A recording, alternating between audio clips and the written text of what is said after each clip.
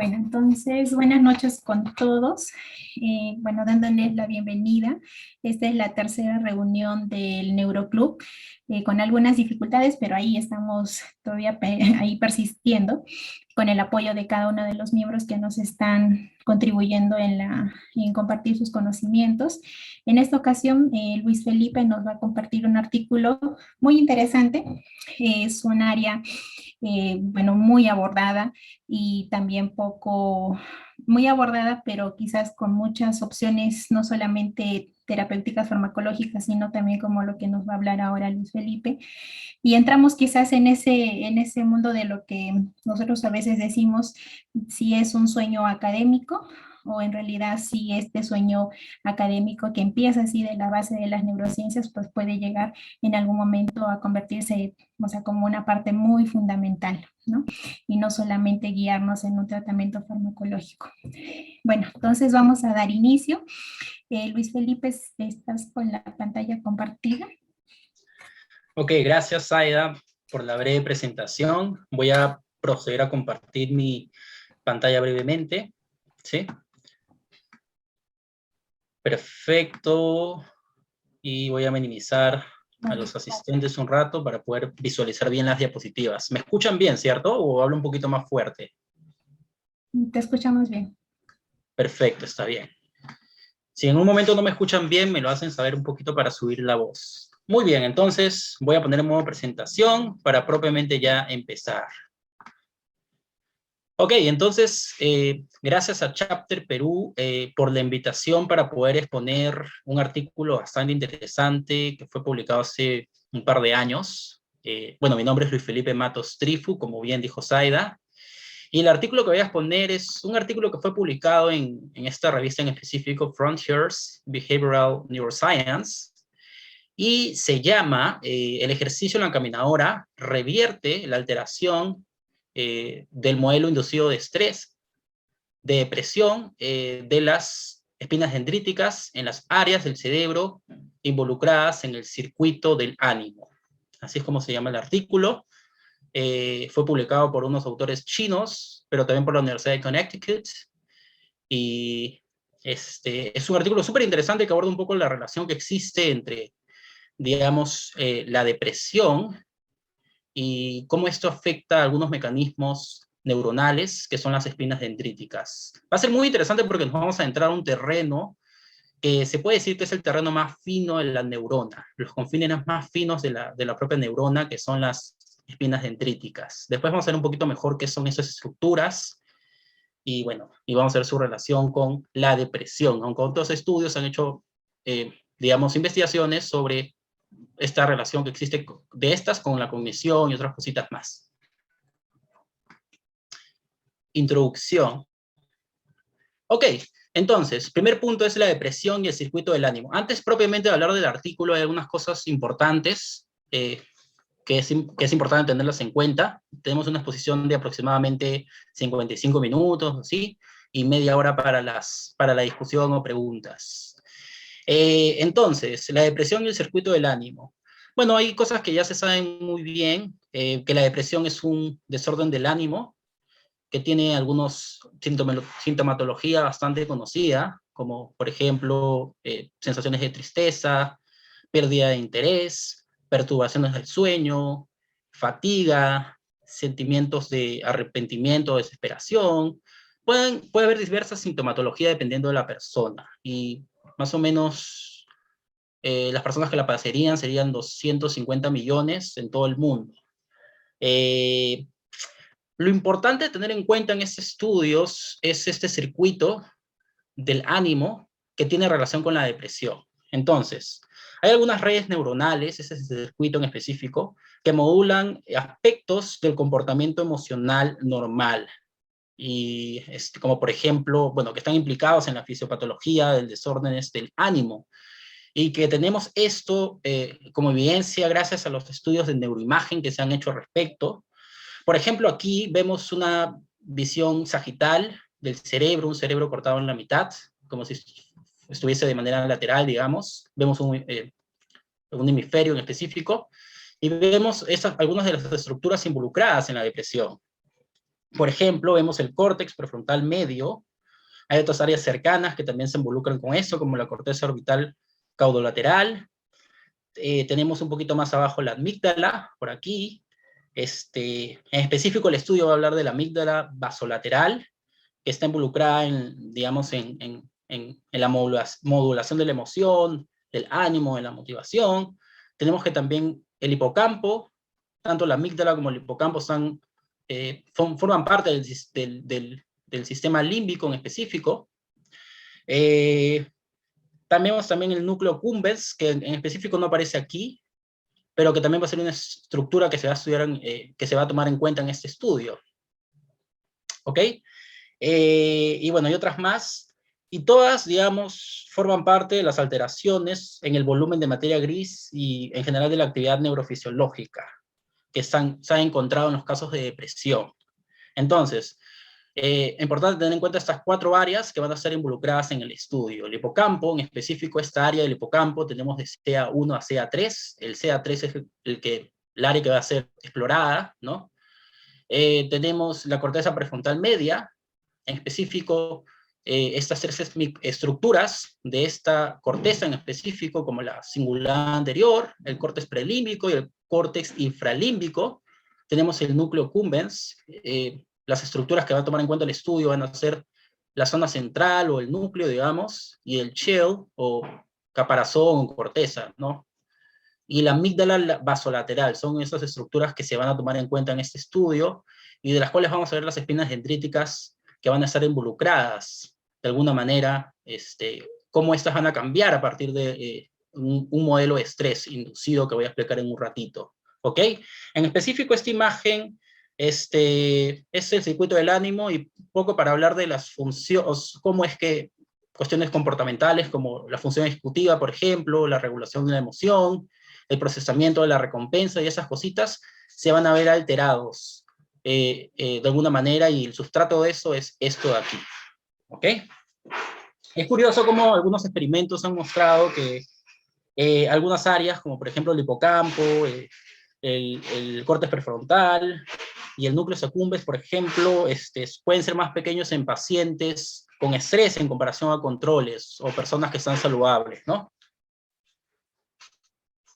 Muy bien, vamos al otro, que es la parte de las espinas dendríticas, sumamente importante.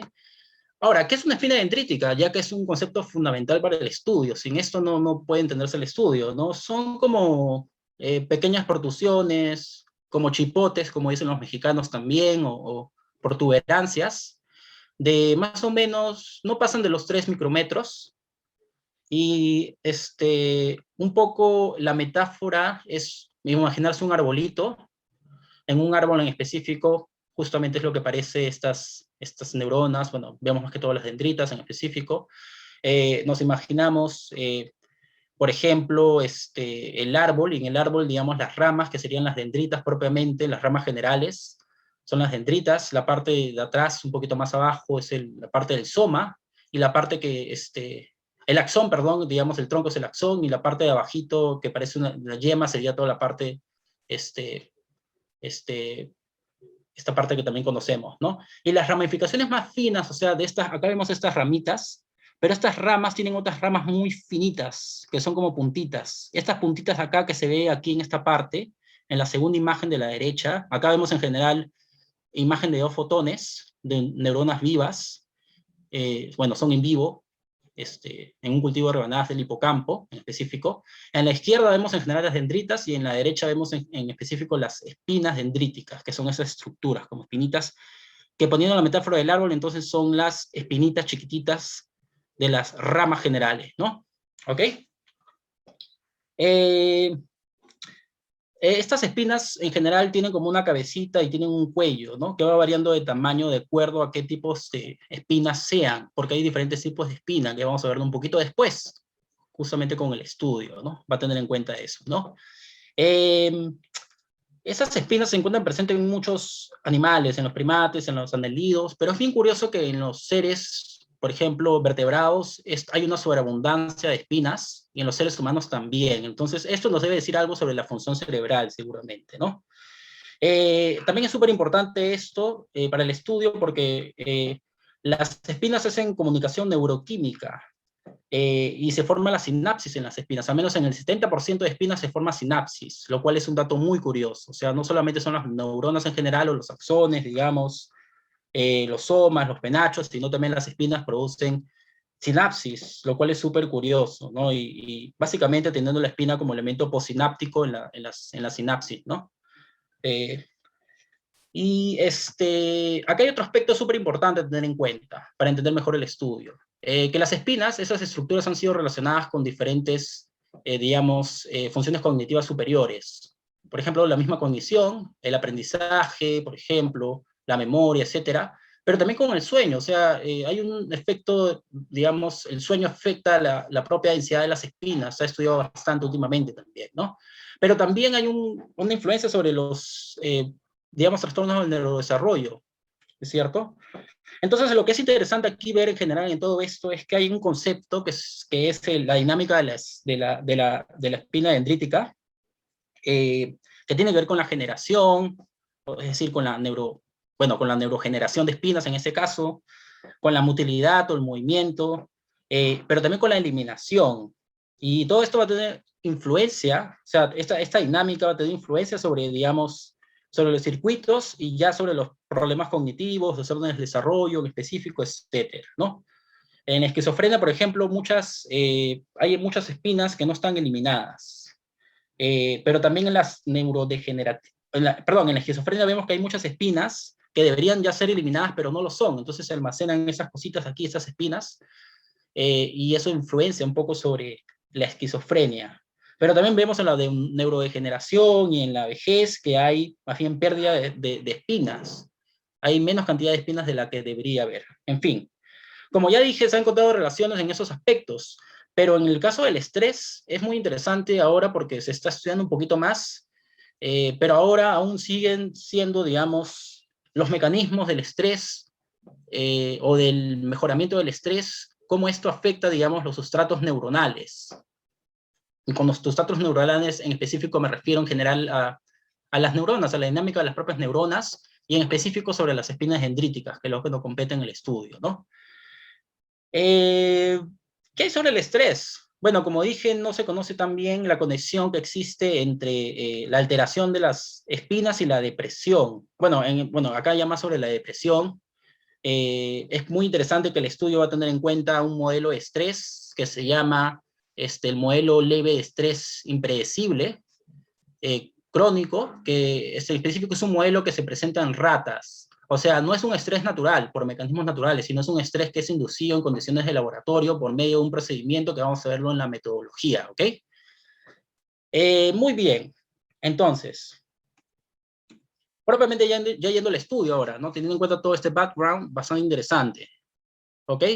El estudio tiene como objetivo central lo siguiente: determinar si el ejercicio en la caminadora, lo que se llama treadmill, revierte tanto las alteraciones de densidad y el fenotipo de las espinas dendríticas de las áreas cerebrales del circuito del ánimo en un modelo de depresión leve impredecible crónica en ratas. Este modelo de depresión crónica impredecible se llama CUMS en inglés. Vamos a estar utilizando esta abreviación para ver los gráficos estadísticos, ¿ok? Así que es importante acordarnos de esto, CUMS. Lo que estamos viendo en específico es ejercicio en la caminadora, puede ser sí o no. En algunos casos, en los grupos que vamos a ver de estudio, tanto en el grupo control como en los grupos experimentales, algunos no van a necesariamente hacer ejercicio, algunos sí. Entonces, medimos el efecto de esto del X sobre estas dos cositas, o sea, sobre la densidad de espinas dendríticas en ratas con CUMS, por una parte, o sea, cuántas espinas dendríticas hay en porcentaje, y por otra parte, la morfología de espinas dendríticas en ratas con CUMS, o sea, en ratas con este estrés que se les administra en el propio laboratorio, que es bien específico, y etcétera, ¿no? Y estas espinas, en general, vamos a ver un poquito después un gráfico, cuando veamos ya propiamente el análisis morfológico de las espinas, que hay tres tipos de espinas, que son regordete, la delgada y el hongo, ¿ok? Ahora, ¿cuál es la pregunta central y a qué está respondiendo el autor? El autor responde a cuál es el efecto del ejercicio, el del ejercicio en la caminadora, en la densidad y la morfología de las espinas dendríticas. Lo que va a decir el autor es que hay un efecto revertor del ejercicio en la caminadora, en esas ratas con CUMS, sobre la densidad y la morfología en los circuitos del ánimo, ¿okay? En las áreas del circuito del ánimo. ¿Y cuáles son esas áreas del circuito del ánimo? Son estas de aquí, el negrito, el medio marroncito, el azul y el verdecito, ¿okay? Entonces, estas áreas son el hipocampo, en específico el CA3, esta área del hipocampo CA3, es decir, la CA1 y la CA2 no se estudian en este estudio en específico, la corteza media prefrontal y las áreas involucradas aquí, como por ejemplo el prelímbico, el infralímbico, etcétera, que vamos a ir viendo un poco después, el núcleo cumbens y la amígdala basolateral. Son algunas áreas que se toman del circuito del ánimo, que no son todas, como dije antes, pero en este caso, en este estudio, se seleccionaron estas porque pueden ser bastante representativas. Ok, muy bien. Vamos entonces a materiales y a métodos. O sea, ¿cuál es la metodología que siguió el autor para demostrar sus objetivos? Entonces, lo siguiente. Acá tenemos en cuanto a las muestras, o los animales, mejor dicho, que se utilizaron. En este caso, se utilizó un modelo inducido de estrés de ratas adultas de 8 semanas, ¿no? Sprague Dolly, esa fue la raza de las ratas que se utilizan por laboratorio por excelencia, con un peso entre 225 y 250 gramos. Obviamente, este dato es, digamos, unos días antes de empezar el estudio. Tenemos también que estas ratas se respetó el ritmo circadiano, o sea, la oscuridad y la luz normal, 12 horas, 12 horas. Bueno, de manera general, porque vamos a ver después que para inducir estrés a veces se altera este ritmo circadiano, que va a servir para inducir el estrés, pero esto de manera general, ¿ok? La temperatura fue la temperatura normal, la que normalmente se tiene en las ratas, de 23 a menos 3 grados Celsius más o menos, y la humedad aproximadamente entre 55 a menos 19, a 19%, a menos 19%, ¿ok? De humedad. Las ratas tuvieron acceso libre al alimento y al agua, y bueno, y la muestra en específico varía de acuerdo a los tipos de pruebas que se hacen o al tipo de técnica que se utiliza. Y también esto va un poquito a ayudar a hacer el análisis estadístico, ¿no? Según sean esas pruebas comportamentales o la atención de Golgi, etcétera, que lo vamos a ver un poquito después. En las pruebas comportamentales, o sea, vamos a ver, por ejemplo, la prueba de campo abierto en específico, la prueba de preferencia sacarosa y otras más, que son entre 8 y 9 ratas por grupo, ¿ok? En el caso de la tinción de Golgi, una técnica bastante peculiar, que vamos a verlo en un ratito, son de 5 a 6 ratas por grupo. Y el estudio tomó una división, digamos, midió variables en 4 grupos. El grupo control, o sea, el grupo de las ratas saludables, o sea, las ratas que no tenían estrés.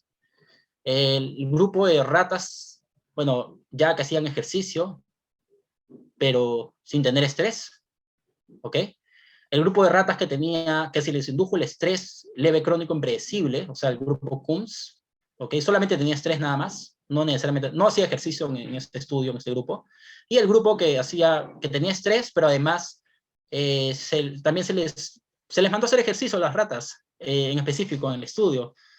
Entonces, esos son los 4 grupos que vamos a ver a lo largo del estudio. La ética fue aprobada por el Comité de Cuidado y Uso Animal de la Universidad Shanxi, en específico, ¿no? Una curiosidad es que aquí las ratas fueron compradas por la Universidad Chao Yantong de China, en específico, ¿no? ¿Cuáles son las pruebas de comportamiento que se han realizado en el propio estudio? Son las siguientes. Tenemos la prueba de campo abierto. Aquí tenemos digamos, el peso, el cálculo del peso y la prueba de la preferencia sucarosa. Esta prueba de acá de campo abierto es súper interesante. Bueno, es súper interesante. General mide los niveles de ansiedad, exploración, locomoción, en las ratas, pero también se utiliza para ratones, para cerdos y para otros modelos en específico, ¿no? Normalmente se hace en una cajita, como se ve acá. Bueno, estos son como un cuadradito, pero esto es como una caja que tiene paredes suficientemente altas para que las ratas no se escapen, o el animal el cual se evalúa no se escape, y se le pone cuadraditos, así como se ve aquí, para medir, digamos, qué tanto van al centro, qué tanto van, digamos, a la periferia en específico, y eso nos va a decir algunas cosas sobre el estrés que pueden, o la ansiedad, mejor dicho, que pueden experimentar las ratas. En este caso se utiliza una cámara, muchas veces, para grabar los movimientos de la rata y hacer, digamos, cuáles son los patrones de movimiento y esas cositas allí súper importantes, ¿no? Importante saber que las ratas para ese tipo de prueba normalmente tienen una versión a ambientes nuevos y también iluminados. Entonces, pero por otra parte también tienen una curiosidad natural para explorar nuevas áreas, ¿no? Entonces, con estas dos cositas que dije, se mide un poco la ansiedad en el estudio en específico, ¿no? Tenemos también, bueno, el peso fue un poco para medir cómo las ratas iban subiendo de peso a lo largo del estudio, ¿ok? Las mediciones lo vamos a ver en el diseño experimental, pero generalmente se hicieron 4 mediciones, empezando el estudio y cada 7 días durante 3 semanas. Y acá tenemos la prueba de la preferencia de la sacarosa, que habla un poco, lo que mide precisamente es la adenonia, los niveles de adenonia, o sea, los niveles por los cuales, qué tanto las ratas tienen la capacidad de sentir placer. Y esto lo hacen, digamos, de una manera bastante curiosa, ¿no? Muy bien. Quizás en las preguntas ya se puede hacer preguntas sobre metodología también y eso, ¿no? En cuanto al diseño experimental, bueno, tenemos aquí el peso corporal y las pruebas comportamentales en general. Este es el esquema de trabajo, este es el diseño experimental, un resumen del diseño experimental. Tenemos a los 4 grupos, las 4 filas, 4 grupos, ¿ok? Control, ejercicio, estrés más ejercicio, ¿ok? Tenemos acá los días, tenemos varios días importantes, que son 6 días antes del estudio, una semana aproximadamente antes del estudio. El día 1, el 7, el 14, el 21, el 22 y el 23 son los días centrales, los días más importantes. A las ratas para el estudio se les puso, digamos, en adaptación para que se adapten, digamos, al nuevo ambiente en específico y no tener variables exógenas. Es importante por eso la adaptación. Un día antes del estudio se hizo, digamos, mediciones sobre el peso y la preferencia de la sacarosa para tener un baseline, lo que se llama baseline en las investigaciones, o sea, un punto de referencia para hacer las comparaciones después.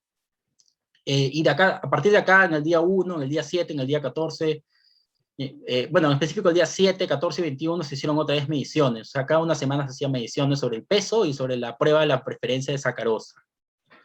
Ok, aquí tenemos, bueno, como ya vimos, el grupo control, ¿no? Ratas saludables, sin estrés, el grupo con solamente ejercicio en la caminadora, en la máquina caminadora, y el grupo CUMS con solamente estrés, y el grupo, digamos, ejercicio más CUMS, ¿no? Y aquí tenemos estas cositas. Y aquí, en el día número 22, se hizo la prueba de campo abierto, lo que vimos, la prueba de la cajita, para medir los niveles de ansiedad de la rata, ¿ok?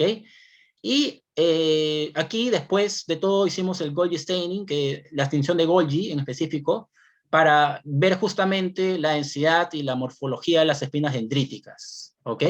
La densidad bueno, y la morfología de las espinas dendríticas, ¿no? Acá se mató a las ratas con un, ¿cómo se llama esto? Eso que quita el dolor, se me fue el nombre. Una anestesia muy fuerte, entonces se abrió los cerebros se abrió el cráneo de la rata con una pincita, y se sacó el cerebro, se rebanó para analizar, digamos, estructuras de la rata, que vamos a verlo un poquito después.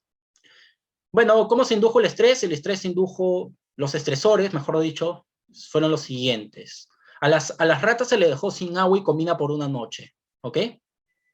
Por ejemplo, se hizo nadado forzado en agua fría por 5 minutos, el agua a 5 grados, o caliente, 5 minutos, 45 grados Celsius. Antes de seguir con esto, es importante que sepan que estos estresores son estresores que se aplicaron al azar, ¿ok? Por días específicos. Hay procedimiento para esto que lo voy a escribir un poquito después. Pero se aplicaba normalmente un estresor cada vez, ¿no? A veces 2 estresores. Vamos a verlo un poquito después. El otro era tener la jala inclinada, la cama húmeda por una noche, tener las luces prendidas por una noche para alterar el ritmo circadiano, tener luces estrobósticas, que son luces de colores que parpadean, una sacudida de jaula por 30 minutos, y bueno, la jaula sobrepoblada por una noche. Otra cosa que creo que no puse aquí es a la rata también se le peñiscó la colita por un minuto, y esos son los estresores, son diferentes estresores que se aplicaron de manera aleatoria en las ratas, ¿no? Obviamente los mismos estresores al final han tenido que afectar a las ratas, ¿no? Para que no hayan cosas así que alteren los resultados. Acá está un poquito el procedimiento de los estresores. En general, la primera semana, la segunda y la tercera semana, porque se hizo durante 21 semanas estos procedimientos de los test.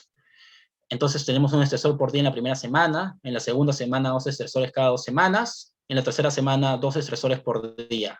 Acá vemos los carriles. Aquí, en específico, vemos menos carriles. O sea, esto no viene del estudio, esto viene más bien de Nature, pero un poquito para que vean cómo es el ejercicio en la caminadora, en este caso para las ratas.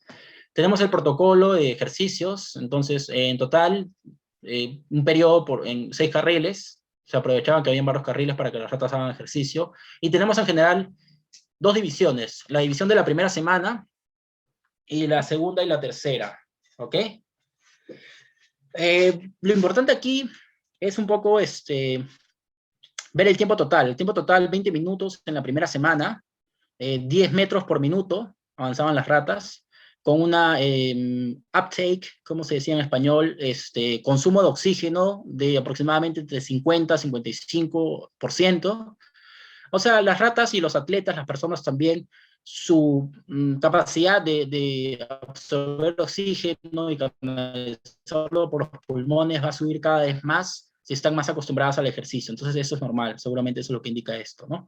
Tenemos que en total, en la segunda y la tercera semana hacían 30 minutos de ejercicio, 10 minutos más que lo primero, y que hacían 15 metros por minuto. Es decir, la intensidad del ejercicio también subió, no solamente el total de tiempo, sino también la intensidad del ejercicio. Bueno, obviamente tiene que haber aquí una mayor, ¿cómo se llama esto? Uptake de oxígeno, ¿cierto? O sea, consumo de oxígeno, ¿no? Muy bien, entonces el análisis estadístico más básicamente se hizo teniendo en cuenta algunas cositas, estas 2 cositas en específico. Para el peso corporal se usó medidas repetitivas, un modelo general lineal mixto, que me podía dar un poco, arrojar factores de ejercicio, sí versus no. O sea, sí hacían ejercicio o no hacían ejercicio. No hacían ejercicio, por ejemplo, las ratas controles. El CUMS, ¿tenían o no tenían? Las ratas controles, por ejemplo, no tenían. Y el tiempo, 7, 14 y 21. O sea, 3 mediciones se hicieron, como ya dije antes, y para, bueno, validar todo eso se hizo el post-hoc, el Tukey, ¿no? Para la preferencia de la sacarosa, este azúcar natural, ¿no? Digamos, para el test del campo abierto, ¿no? Eso para el test de campo abierto lo voy a utilizar, que es Open Field Test en inglés, prueba de campo abierto. Esto va a estar después en los gráficos estadísticos. Y la densidad de espinas, para estas cosas se utilizó 2 vías de ANOVA, de análisis de varianza, y bueno, acá está cómo se representó la data y la significancia en específico. Todos son ese soft part que ven aquí. Ok, entonces, ya estando en la mitad de la exposición, vamos a ver los resultados. Primer punto. ¿Cuál es el efecto del CUMS, o sea, del estrés y el ejercicio sobre la ganancia de peso corporal en las ratas? Esto se mide en porcentajes, importante, ¿ok? Entonces tenemos en general los 4 grupos, el grupo control, el grupo ejercicio, el grupo estrés y el grupo estrés con ejercicio. Tenemos la relación entre el día y la ganancia de peso. Lo que nos muestran en general estos resultados son de que los que ganaron menos peso son estos grupos de acá, el grupo de estrés y el grupo de estrés con ejercicio. El grupo de ejercicio terminó ganando más peso que el grupo con estrés, seguramente porque los efectos del estrés tienen mucho que ver con el tema de perder el peso, ¿no? Pero algo interesante aquí es que si vemos estas pendientes aquí, justamente el rango del 14 al 21, o sea, el día 14 al 21, vemos que la pendiente menos pronunciada es justamente este grupo de acá, que es las ratas que hacían CUMS con ejercicio. Entonces aquí, digamos, se revierte un poco el efecto anterior. O sea, si vemos un poquito pendiente que es menos pronunciada que todas las demás. ¿no es cierto? Si hacemos una proyección, probablemente la tendencia se mantenga al menos por los primeros días, ¿no? Sería muy difícil hacer una proyección con tan poquito historial, pero al menos por los primeros días quizás podemos proyectar esto, ¿no? Acá tenemos algo muy interesante sobre el test de preferencia de sacarosa, ¿ok? Y tenemos la prueba de campo abierto. Tenemos en general, bueno, esto es la preferencia de sacarosa, solamente esto nada más, y lo demás es de campo abierto. Vamos a ver dos más en específico. ¿Qué tenemos acá? ¿Qué nos dice la leyenda? Nos dice, la A, que esa es la A, es la prueba de preferencia de sacarosa, que se midió en porcentaje. Lo importante aquí es que los grupos controles tenían una preferencia de la sacarosa de aproximadamente 95%, ¿ok? 95%. Y que se redujo el consumo de sacarosa en los grupos de estrés. Pero lo que nos muestra el estudio es que el ejercicio revierte digamos, esta disminución. Es una diferencia significativa porque vemos que aquí, más bien la tendencia en el verdecito, vemos que la tendencia es acercarse a los grupos controles con aproximadamente 90%.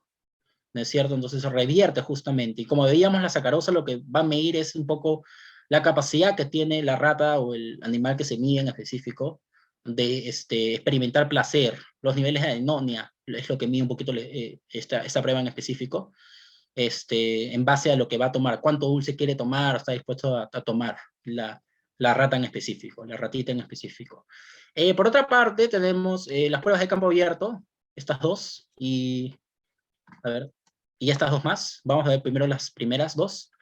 La prueba de campo abierto puede medir muchas cosas. Puede medir, digamos, por ejemplo, la capacidad de las ratas de ponerse de patas arriba, patas traseras, por las patas traseras de pararse, la defecación en la orina, puede medir varias cosas en general, cruzar líneas en específico, pero acá el estudio midió 4 cositas. Una de las cosas que midió es justamente la capacidad que tienen las ratas rearing times. Es como creo que es el espejo retrovisor, algo así como ponerse de pie simplemente con las patas traseras durante 5 minutos. Todas acá fueron 5 minutos. Entonces, lo que vemos acá por el análisis estadístico es que básicamente las ratas, bueno, se revirtió el efecto anterior, como acá más o menos, un poco, ¿no? Que fue un poco que los controles tenían mayor capacidad, mantuvieron más tiempo de pie, que las ratas con estrés, pero se revirtió el efecto justamente aquí. ¿Ok? Es lo que vemos más importante.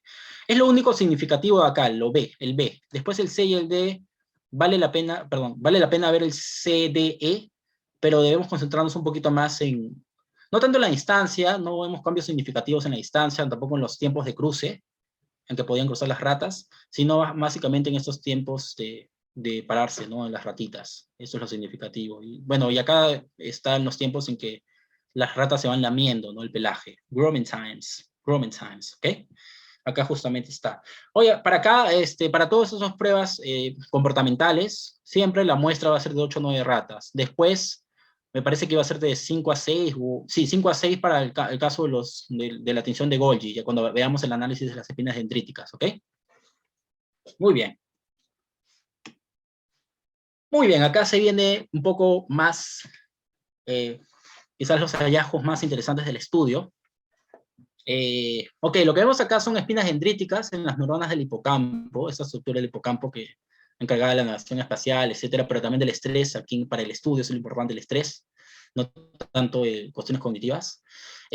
Justamente esa área que dije al principio de la introducción, CA3, visualizadas por la tinción de Golgi, ¿no? ¿Qué es lo que vemos aquí? Vemos una imagen del hipocampo en la A, con un impacto de 500 micrómetros. Esta es una imagen del hipocampo en específico. Si damos un acercamiento más a la microfotografía, vemos 50 micrómetros, pero si le damos un acercamiento incluso más por zoom, bueno, acá vemos incluso las dendritas apicales, o sea, las dendritas que están más alejadas de los axones, no son las basales, son las apicales. Y acá vemos un poco las espinas en específico, ¿no? Según grupos. El verdecito es el grupo control, ¿ok? El rojito, el rosadito es el grupo ejercicio, los que hacían ejercicio. El E es los estrés inducido y el F es un poco el estrés más el ejercicio, ¿no?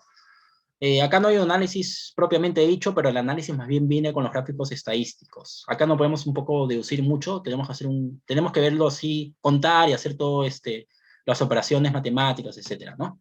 Y acá tenemos esto, ¿no? Todo esto acá, morfología de espinas y morfología de espinas acá, y por acá, digamos, la concentración de espinas dendríticas o la densidad, corresponden con esta imagen de aquí, ¿ok?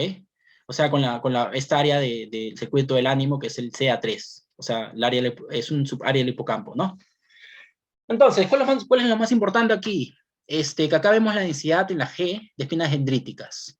Lo que vemos aquí es que lo que pasaba era que se disminuyeron, o sea, había menos espinas dendríticas en número, del control al grupo de estrés. O sea, los grupos de estrés, sus espinas dendríticas comenzaban a morirse, pero aquí por alguna razón comenzaron a surgir más espinas dendríticas, ¿no? Bueno, cuando se les aplicó justamente el ejercicio, ¿no? Entonces revirtió el efecto. Se va revirtiendo el efecto, a pesar de que sigan teniendo estrés, pero igual con el ejercicio se va revirtiendo el efecto, y se van acercando más a los grupos controles, en aproximadamente será 12.5, ¿no? Si vemos un poquito aquí, ¿no? Tendríamos que verlo con una regla, pero 12.5 aproximadamente, ¿no? Casi como los controles. Luego en la H vemos una visión muy detallada, digamos, como si viéramos ya no solamente la densidad en general, este es digamos, el agregado y el desagregado está aquí. Lo que vemos es que son tipos de espinas. La espina stubby, que es regordete, la espina thin, que es la delgada, y la mushroom, que es la honguito, ¿no? O como los champiñones, las espinas champiñones. Bueno, se llama espinas hongo en realidad, no champiñones, ¿no? Y acá vemos, por si acaso, para tener en cuenta para lo que queda análisis de gráficos estadísticos, las espinas hongo, o sea, las espinas hongo tienen la cabeza, digamos, más pronunciada, y el diámetro es más grande, ¿no? Con respecto al cuello. Las delgaditas son más como un dedo, un poco, eso es como si fuera la yema del dedito. Son más largas, también el cuello tiene una longitud mayor que la cabeza. Y las stubby o regordete, bueno, son como dicen regordete, son como gorditas y no tienen cuello, ¿no? En específico. O al menos el cuello no se nota, ¿no? En realidad sí tienen cuello, ¿no? Pero no se nota muy bien. Bueno, alguna curiosidad es que la densidad sináptica se centra más aquí en la cabeza, ¿no? Y bueno, en fin. Acá vemos un poco que las espinas dendríticas regordetes es que disminuyeron aquí, en específico acá. Vemos justamente que está en 4 y aquí está en aproximadamente 3, ¿ok? Acá vemos más bien que las espinas hongo más bien tienden a un poco a, bueno, si vemos un poco los controles con el ejercicio, vemos que en el ejercicio hay más espinas dendríticas de ese tipo, que es el delgado, y bueno, y aquí vemos la comparación, el comparativo entre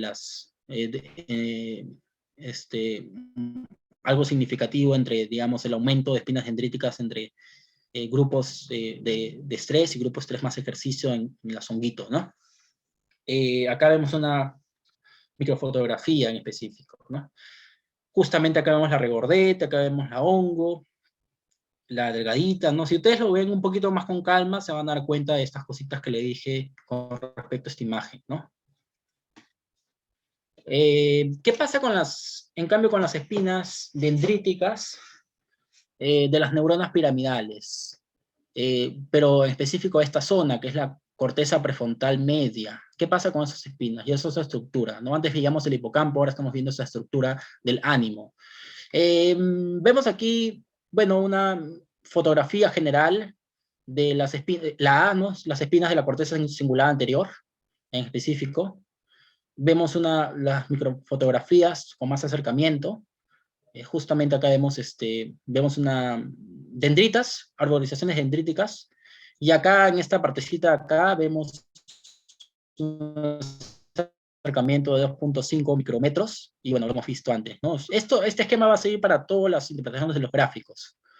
Entonces, lo importante aquí es que si vemos, aquí tenemos densidad de espinas dendríticas, y acá tenemos también la densidad, pero ya el desagregado, ¿no? Viendo cada uno de estas fenotipos o razas, entre comillas, ¿no? de espinas. Vemos acá en general que la tendencia va a ser a que haya un efecto revertor, ¿ok? Es decir, en el grupo control hay un cambio significativo, ¿no? Hay, digamos, aproximadamente 12, y aquí hay aproximadamente 7 u 8, ¿no? En el grupo de estrés. Hay una reducción de espinas dendríticas en general, si tenemos en cuenta las 3 en específico, ¿no? Pero acá se revierte el efecto, ¿no? Entonces, si se redujeron antes con el estrés, ahora van a aumentar con el ejercicio, revierte el efecto, ¿no? Lo que justamente quiere demostrar el estudio. Y aquí lo que nos importa es más que todo esto de acá. Bueno, esto también un poquito, ¿no? Pero más que todo esto de acá, porque también existe un efecto revertor de lo primero, ¿no? O sea, es decir, las espinas dendríticas delgadas en la corteza prefrontal media, ¿no? Reducen, pero acá aumentan más bien, ¿no? Acercándose a los grupos controles. Y aquí que tenemos ya no solamente la parte de la, digamos, de la corteza cingulada anterior, esta es la corteza cingulada anterior. Esto, en cambio, es la parte relacionada al prelímbico, ¿ok? Sigue siendo el mismo área, pero es una preárea, una subárea, perdón. Entonces, lo que vemos aquí es que en esta parte de la corteza prelímbica vemos que también hay un efecto revertor, tal como pasa acá. No es una tendencia aquí en estos, al menos en estas dos áreas generales, ¿no? El hipocampo y la corteza prefrontal media, ¿no? Después en las otras dos áreas vamos a ver una tendencia un poco diferente, la contraria. Eh, bueno, y aquí solamente vemos reducciones significativas, ¿no? En el caso de, bueno, en las espinas, digamos, regordetes y en las espinas delgaditas, ¿no? Muy bien, acá tenemos, faltan dos áreas. No, bueno, acá tenemos el prefrontal todavía, medio, la corteza prefrontal media, pero en este caso ya no tenemos el prelímbico ni tampoco el otro que habíamos visto, sino aquí tenemos en específico el infralímbico, ¿no? El IL, que es el infralímbico, ¿no? Las espinas dendríticas de las neuronas piramidales de la corteza infralímbica, ¿no? Todo aquí. Esto ya lo conocemos un poco, ya sabemos cómo es la dinámica para analizar esto, pero ahora aquí lo que vemos es también, o sea, rojo y después verdecito, ¿no? O sea, que hay un efecto revertor. Se disminuyen las espinas con el estrés con respecto a los grupos controles o grupos saludables, y después más bien lo que pasa es que aumentan las espinas en los grupos, el ejercicio tiene efectos sobre el estrés en específico, ¿no? Para que las espinas sigan creciendo, su densidad poblacional de las espinas. Y que vemos que sobre todo eso se encuentra en, esto más que todo expresaría esto de acá, la tendencia esta de acá, que es las espinas hongo, ¿no? Vemos que a veces se dan las espinas regordetes, las espinas delgadas, las espinas hongo. De repente en la discusión podemos un poquito discutir bueno, decir, pero ¿qué tiene que ver con que una espina tenga más, se reduzca más? ¿Qué relación tiene eso un poco o con el estudio, o con las funciones cerebrales y cosas así? Ok. Eh, Acá tenemos más bien ya otra área cerebral, que es el núcleo accumbens, que también está involucrada en el circuito del ánimo. Tenemos dos cositas que analizar en este mismo núcleo. Tenemos digamos, esto de acá que es el núcleo, y esto de acá el shell, que es el caparazoncito, ¿no? O la corteza, ¿no? Acá tenemos el núcleo accumbens en general. Acá tenemos acercamientos, como ya hemos visto. Y aquí lo que importa es esto de acá, que es la densidad de las espinas dendríticas de esa zona. Acá, como dije antes, están todas las espinas en general, ¿ok? Concentradas, y que hay un efecto, bueno, aquí más bien vemos un poco el efecto contrario, o sea, aquí más bien no hay, a partir de esta zona de acá, que es el núcleo accumbens, no es que las espinas se reduzcan en los grupos con estrés con respecto a los controles, sino más bien es al contrario, aumentan, ¿no? O sea, hay digamos, muchas espinas dendríticas, ¿no? Y después hay un efecto revertor también, claro, porque van a disminuir y van a acercarse a los grupos controles. Siempre el efecto revertor es con respecto a los controles, ¿no? Después tenemos aquí, en específico, los diferentes tipos de espinas. Entonces, vemos que el efecto revertor más bien se suele reproducir aquí, o sea, en este grupo de espinas que son las regordetes. Es decir, hay un aumento y después una disminución, ¿ok? Muy bien. Y como dije antes, bueno, son de 5 a 6 ratitas, ¿no? Por esta parte. Eh, Muy bien, entonces tenemos aquí las espinas dendríticas en las neuronas espinales del núcleo accumbens, pero acá ya tenemos, ya bueno, acá solamente tenemos la caparazoncito o la corteza, ¿no? De esta parte del núcleo, ¿no? Accumbens. En fin, ¿no? Tenemos aquí más bien que ver la densidad en específico, y después vemos en cuanto a cuestiones morfológicas. En la densidad vemos más bien que las espinas dendríticas aumentan, o sea, la población de espinas dendríticas aumenta, y después disminuye, ¿ok? Entonces, también hay un efecto revertor, pero un efecto revertor de aumento y después disminución. O sea, es un efecto revertor más triangular. El otro era un poquito más como ya había dicho antes, disminución, y después otra vez aumenta, ¿no? ¿Ok? Más parecido a un triángulo, pero un poquito más inverso, ¿no? Aquí vemos que los resultados se reproducen más que todo acá, en las espinas delgadas, en donde vemos justamente esta reversión significativa en estos grupos, ¿no? O sea, la comparación entre controles y grupos de estrés por una parte, y por otra parte el comparativo entre grupos de estrés con respecto a los grupos estrés más ejercicio, ¿no? O sea, tenían estrés, pero aún así hacían sus ejercicios en la caminadora, ¿no? Que eran ejercicios que se hacían, como dije antes, bueno, durante 21 días o 3 semanas y 5 veces a la semana, ¿no? Los fines de semana no hacían ejercicios las ratitas, los dejaban descansar. Muy bien. Finalmente tenemos esta otra parte de acá, que son las espinas dendríticas en las neuronas de la amígdala basolateral. Entonces, tenemos otra parte, otra sección, ya no tenemos el núcleo accumbens, que era lo anterior, tampoco tenemos la corteza prefrontal media, que también era una anterior, o lo anterior, que era el hipocampo. O sea, de las cuatro regiones en general, macro regiones de alguna manera, o sea, del circuito del ánimo, tenemos esta otra que es la amígdala basolateral. ¿Qué pasa aquí? Vamos a un poco analizar esto. Acá tenemos, bueno, unas fotografías, microfotografías, con un acercamiento de 500 micrómetros, donde vemos justamente toda la amígdala basolateral. Y acá tenemos acercamientos, ¿no? De las arborizaciones dendríticas, los arbolitos. Y acá en esta parte de acá, justamente, ya ampliándolo de 20 micrómetros a 2.5 micrómetros, vemos en específico justamente los grupos que se hicieron en el estudio, ¿no? Lo que vemos aquí es la tendencia anterior también, o sea, de la parte del núcleo accumbens, pero no de la parte del hipocampo. Esta tendencia es diferente. Pero también se ve un efecto revertor, eso es importante, que es transversal en todo el estudio, ¿no? Vemos que el CUMT con respecto al control hay un aumento, entonces, de población, pero después con el ejercicio, o sea, las ratas estresadas hacen ejercicio en la caminadora y tienen menos, disminuye su número de espinas dendríticas. Pero aquí vemos, más que todo aquí, esto es significativo, ¿no? El aumento del grupo control, el aumento de los estrés con respecto al control, ¿no? Pero no vemos acá tantas cosas significativas como los gráficos anteriores. Ok, entonces es importante ver esto, ¿no? Hemos visto 4 regiones grandes, lo vuelvo a repetir, y ahora lo que vamos a ver un poco es cuál es la conclusión del estudio a partir de ver todos estos gráficos. Algo que es importante decirles es que he puesto todos los gráficos del estudio, en este caso, porque el tiempo era bastante considerable, era 1 hora de exposición, entonces iba a alcanzar para todo eso. Y la conclusión general es que se reafirma la hipótesis: el ejercicio en la caminadora en ratas con estrés sí tiene un efecto revertor sobre la densidad y morfología de las espinas dendríticas de las neuronas del hipocampo, 1, corteza media prefrontal, 2, núcleos accumbens, 3, y la amígdala basolateral, 4.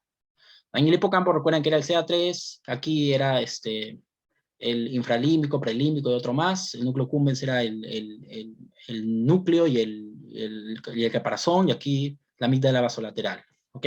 Se reafirma la conclusión. Entonces, antes de proseguir, como todavía me quedan 10 minutitos, quería decir unas cuantas cosas sobre el estudio.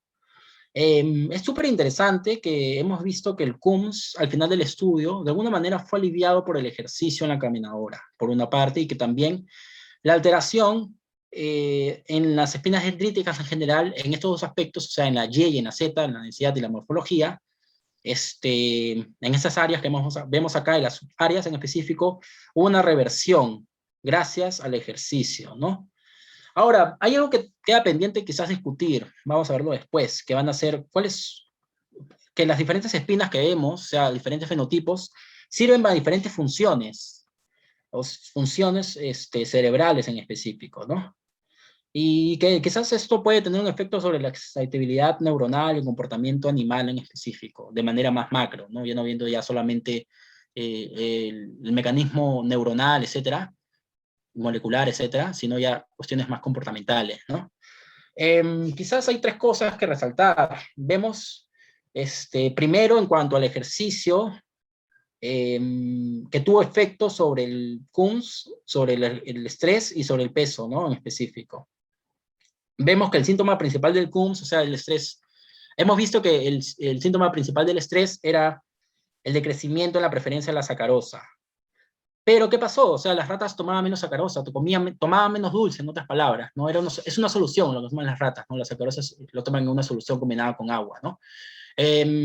Vemos que las ratas, bueno, tienen menos placer para beber dulces, tienen menos ánimos quizás, pero que esto se revirtió con el ejercicio. Vemos justamente en el primer puntito, ¿no? Pero también hemos visto que en los gráficos, por ejemplo, en algunas cuestiones no había diferencia significativa, como la distancia de movimiento, ¿no? Lo que veíamos en el test del campo abierto.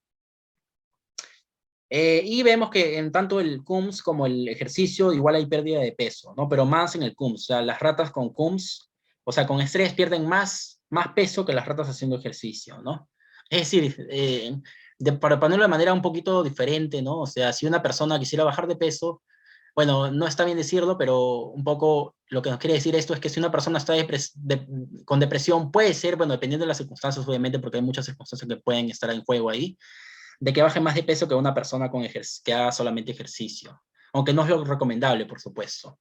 El segundo punto que quería decir es el siguiente, que vemos que la reversión que hemos visto tiene dos sentidos.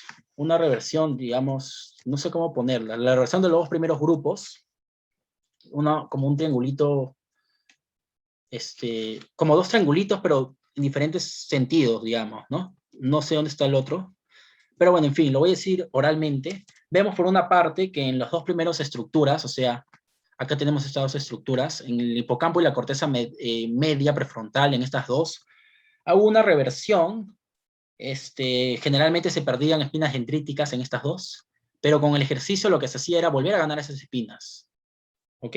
En cambio, en estas dos de acá, vemos más bien que lo que pasaba era de que normalmente en condiciones normales, o sea, en las ratas con controles saludables y todo eso, en las ratas adultas controles, vemos más bien que en núcleo cumbens y la amígdala basolateral y las subestructuras, digamos, que tienen que ver con estas de acá, vemos que más bien los controles tenían un número de espinas dendríticas que era menor que los grupos de estrés. O sea, los grupos de estrés tenían más espinas dendríticas, exactamente lo contrario acá, ¿no?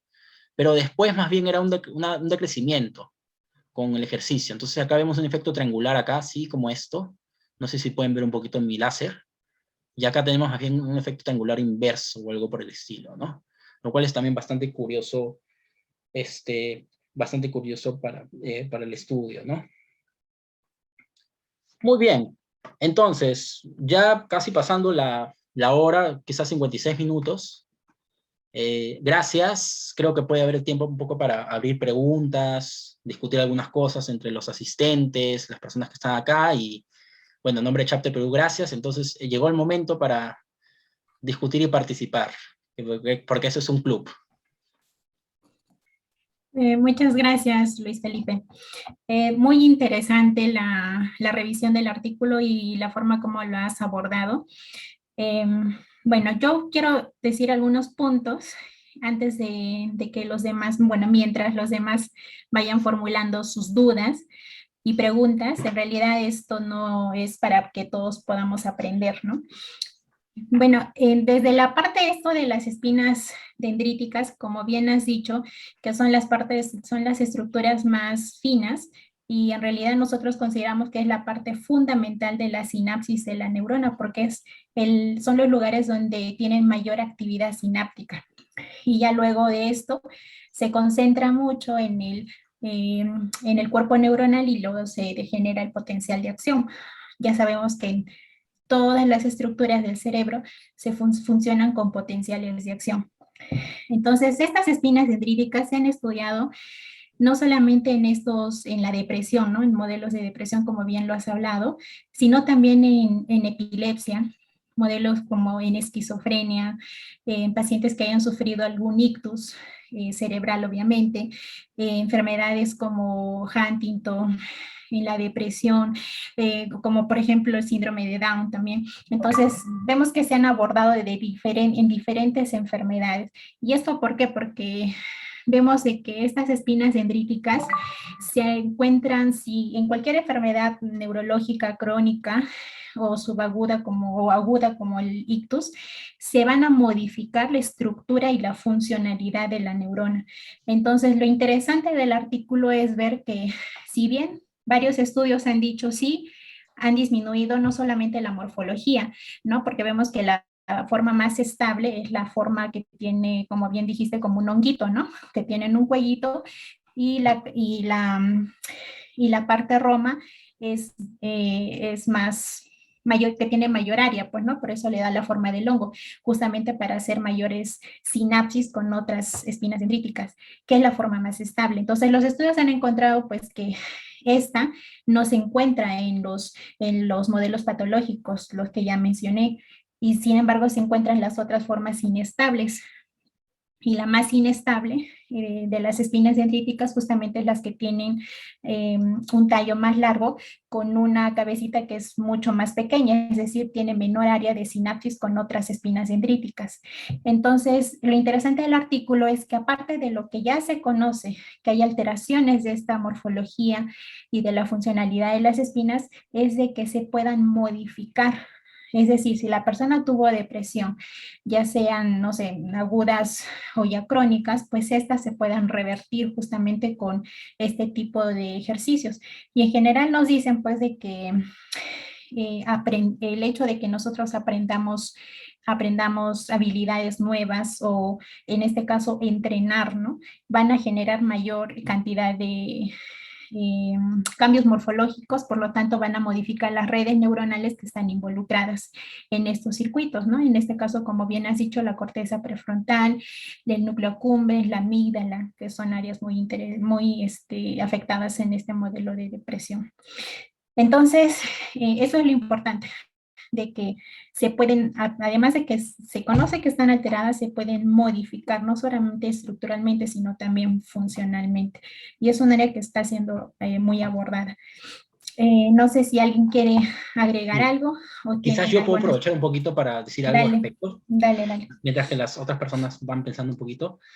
Es muy interesante todo lo que dijo Zaida, ¿cierto? Entonces, cierto todo. Y también, importante también resaltar para todos, ¿no? De que el ejercicio, justamente en ese estudio fue curioso porque vemos que hay efectos revertores, es decir, las ratas que tenían, o sea, con respecto a los controles, una comparación entre los controles y por otra parte las ratas con estrés, y después con estrés y ejercicio vemos que hay una reversión en general. Pero si vemos solamente el grupo de ejercicio, vemos que no hay un efecto significativo generalmente, ¿no? No es que el ejercicio por sí solo revierta la morfología, al menos en ese estudio, la morfología y la densidad de las espinas dendríticas, ¿no? De manera general. Por otra parte, como Zaida un poco sugirió, las espinas, por ejemplo, las larguitas, que son las espinas delgadas, o bueno, los hongos en específico, es curioso que normalmente en las espinas dendríticas, de manera general o de manera normal, las espinas dendríticas concentran la mayor actividad en las cabezas. Es algo súper curioso, ¿no? Y por otra parte también, y como último punto y tercer punto, es que hay una relación que existe entre espinas con, ¿cómo se llama esto? Por ejemplo, tipos de espinas. Por ejemplo, las espinas hongos están más asociadas a cuestiones cognitivas como memoria, ¿no? pero las espinas delgadas suelen estar un poquito más relacionadas con el aprendizaje, y eso se ha mostrado en algunos experimentos, ¿no?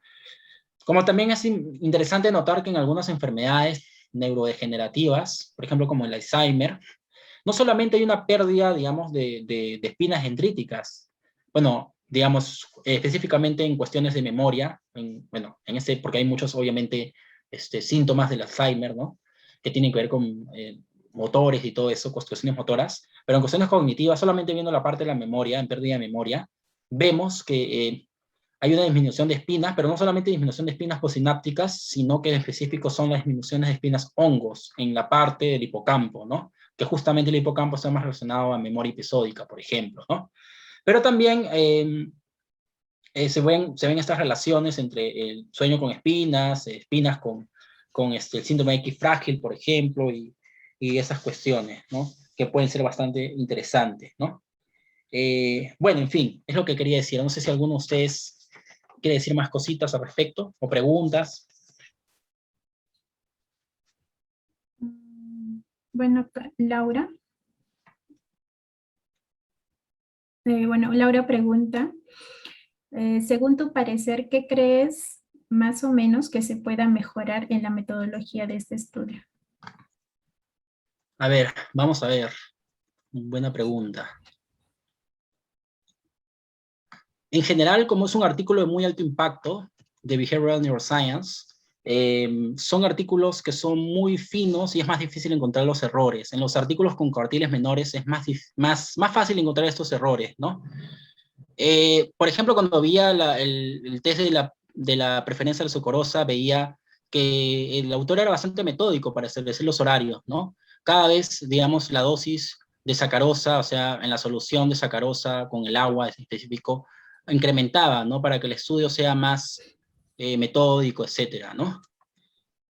Ahorita no pienso en un punto débil respecto a la parte metodológica, pero no sé si alguno de ustedes ha encontrado esto y quiera compartirnos un poquito al respecto, ¿no?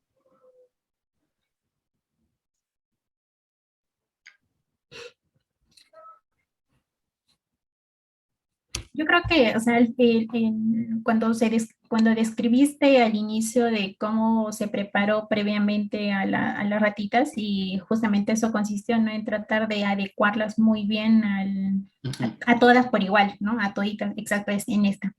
Tanto en el grupo control, la que hizo ejercicio, la del modelo de presión y la que tuvo modelo de presión con ejercicio, o sea, todas fueron de forma estandarizada, fueron adaptadas a lo mismo, o sea, expuestas a las 12 horas de vigilia, 2 horas de sueño, ¿no? Posiblemente quizás eh, acá han estudiado un modelo, bueno, en cuanto a 21 días, ¿cierto?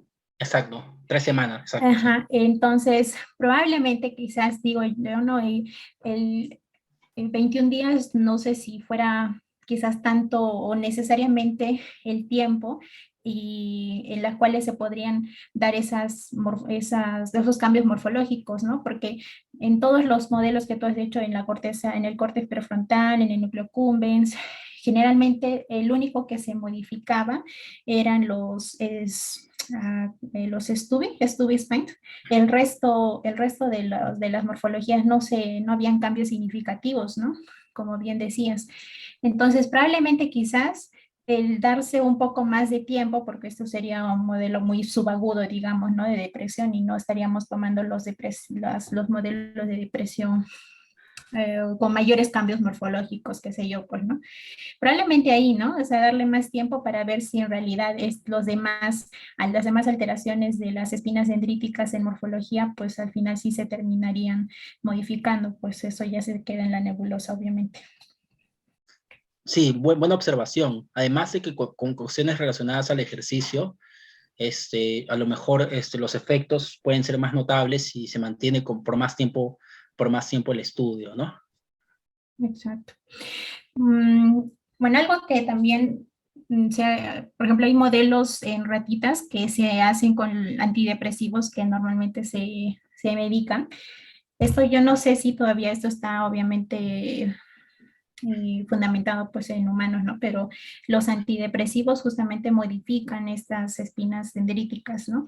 Entonces, esto es como un pre, una prueba, digamos, ¿no? Que también podría permitir a otros fármacos o terapias farmacológicas para ver quiénes, de todos los antidepresivos, pues quiénes son los que tienen más impacto sobre este cambio morfológico y funcional de estas espinas dendríticas. Es un buen punto, ¿no? Porque ahorita tú le dices pues a la persona, sí, hace ejercicios y todo, pero ¿qué tanto impacto esto podría tener? Obviamente es, no sé, en la lógica uno podría decir, al hacer ejercicio con este tipo específico, más el fármaco pues puede tener mayor impacto, ¿no? Pero bueno, sería como que una sugerencia para hacer un estudio posterior, ¿no? Imagino que se está haciendo.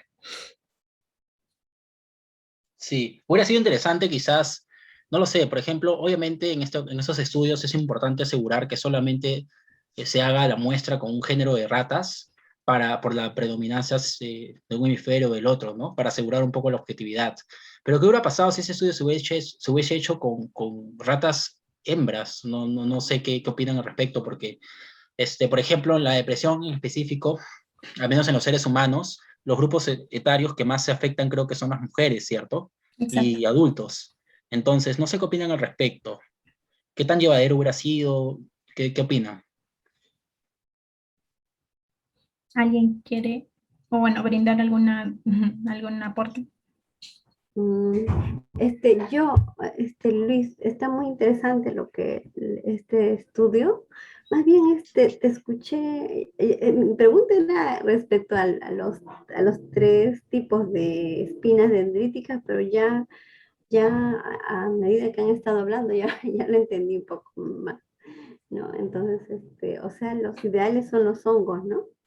Y las delgaditas son las que menos funciones tienen, menos captan, algo así. Ah, sí, en realidad son bueno, lo que dice la literatura son 4 tipos de espinas dendríticas, pero sí, las más estables son justamente las más mushroom, ¿no? Las que tienen forma de honguito. Y Mm. las menos estables es esta forma delgada, ¿no? La que no. Y eso es como decía Luis Felipe, ¿no? Porque tiene mayor área de sinapsis. Obviamente, si se reduce el área de sinapsis, e igualmente, ¿no? Si reduces el área por donde va a transmitir el impulso, porque recuerda que el cuellito va a contactar finalmente con la dendrita, ¿no? Y la dendrita, obviamente, con el Ah, cuerpo neuronal. Bueno, ah, Luis Felipe, si y, deseas agregar. sí, y Sí, Luis, sí, gracias, gracias, sí. antes que termine, ¿habías hablado algo de la esquizofrenia, de las espinas dendríticas al inicio nada más? En cuanto a que las personas que padecen esquizofrenia tienen menos espinas dendríticas, ¿eso dijiste? No, claro, sí, había hablado de esto, pero muy buena pregunta, Sonia, gracias por la pregunta. En Mm. general, antes de específicamente hablar de esto, hay un concepto muy interesante que se llama dinámica dendrítica, que tiene mucho que ver con la Mm. dinámica de los seres vivos también, celular, ¿no? O sea, hay generación, o sea, se generan neurogeneración, digamos, de neuronas, bueno, en este caso neurogeneración de espinas dendríticas, surgen unas nuevas, también hay motilidad, hay movimiento para hacer la sinapsis y esas cositas, hay eliminación también, y entonces, estas cositas van a condicionar un poco qué tantos problemas tenemos, digamos, ya si lo vemos a nivel macro, o sea, o sea, esta dinámica de las dendríticas puede manifestarse en problemas neurodegenerativos, incluso en el autismo también, que no es algo neurodegenerativo, ¿no? Sino es que es un trastorno un poco de la comunicación, etcétera. Y de la esquizofrenia lo que dije en específico es que hay muchas espinas dendríticas. No hay pocas, no hay tanto no es que, ¿cómo se dice? Decrease, decrecientan, sino que hay muchas, pero que también hay muchas que no son eliminadas. O sea, hay espinas que tienen que eliminarse. Es un poco, hay que poner la metáfora de la persona, que cuando no se lava mucho la cara, tiene células muertas en la cara. Entonces, cuando no se lava mucho la cara, eso va un poquito, su piel va a estar un poquito más grasosa, no va a estar tan bien cuidada, ¿no? Entonces, quizás aquí, si hacemos un poquito la metáfora y lo aplicamos para el caso de la esquizofrenia, es que hay muchas espinas que deberían eliminarse, pero no se eliminan. En cambio, en las neurodegenerativas, en las enfermedades neurodegenerativas en general, hay algo muy interesante. que justamente tiene que ver con esta dinámica dendrítica, que es el hecho de que hay pérdida de espinas, o sea, se pierden más espinas, y lo que pasa, el mecanismo es un poquito, lo explico de manera bastante didáctica, es que hay inflamación de espinas dendríticas, se hinchan, y es como si explotaran, y después queda un huequito, y en ese huequito se metan impurezas, cosas que no deberían estar en ese lugar. Y entonces eso un poquito va a generar cuestiones o problemas con la memoria episódica. Va a haber pérdida de memoria, por ejemplo, que es un síntoma en las enfermedades neurodegenerativas, pero también en la vejez. Entonces eso es lo interesante, ¿no? Esta dinámica dendrítica es algo, en verdad, sumamente profundo. Nos dice muchas, muchas, muchas cosas, ¿no? Sí, gracias, Sonia. Gracias, Sonia. ¿Alguien más tiene alguna duda que nos quieran consultar?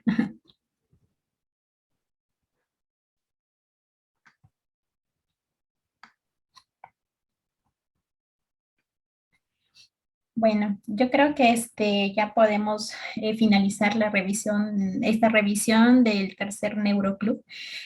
Muy agradecida contigo, Luis Felipe. La revisión que has hecho ha sido muy didáctica y bueno, para todos ha sido también comprensible.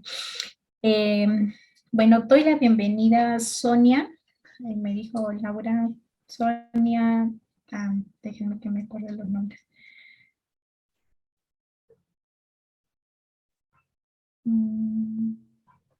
Gaby, Sonia y Laura, que son exvoluntarias del chapter. Bueno, yo las invito a que formen parte del Neuroclub. Si están ustedes dispuestas, pues adelante, las integro al grupo y si quieren también participar en las sesiones mensuales, también nos gustaría. La idea es de que todos podamos aprender. Vamos a mejorar un poco más la parte de la metodología también para que todos podamos entender qué significa, obviamente, cuando uno lee los resultados, pues, ¿no? Obviamente. Este ha sido un estudio experimental, así que la mayor parte de los estudios experimentales utiliza el análisis de ANOVA, pues, ¿no? Que son análisis de medias y desviaciones estándar, que es lo que utilizó en este estudio. Pero la idea es esa, ¿no? Que también podamos revisar la metodología y el contenido del artículo. Entonces, si están dispuestas las tres, pues adelante, me avisan si quieren y ya las integro al grupo. ¿Listo? La tercera sesión voy a estar comunicándoles porque como hemos tenido alteración justamente de las fechas y yo les comunico en el chat para cuando vamos a realizarla. ¿Ok? Si están ustedes dispuestas, chicas, me avisan para ver si las podemos programar ya pues para fin de año. ¿Ok? Gracias. Perfecto. Si quieren, me dejan en el chat su número de celular para agregarlas o bueno, como ustedes deseen. Voy a pausarla.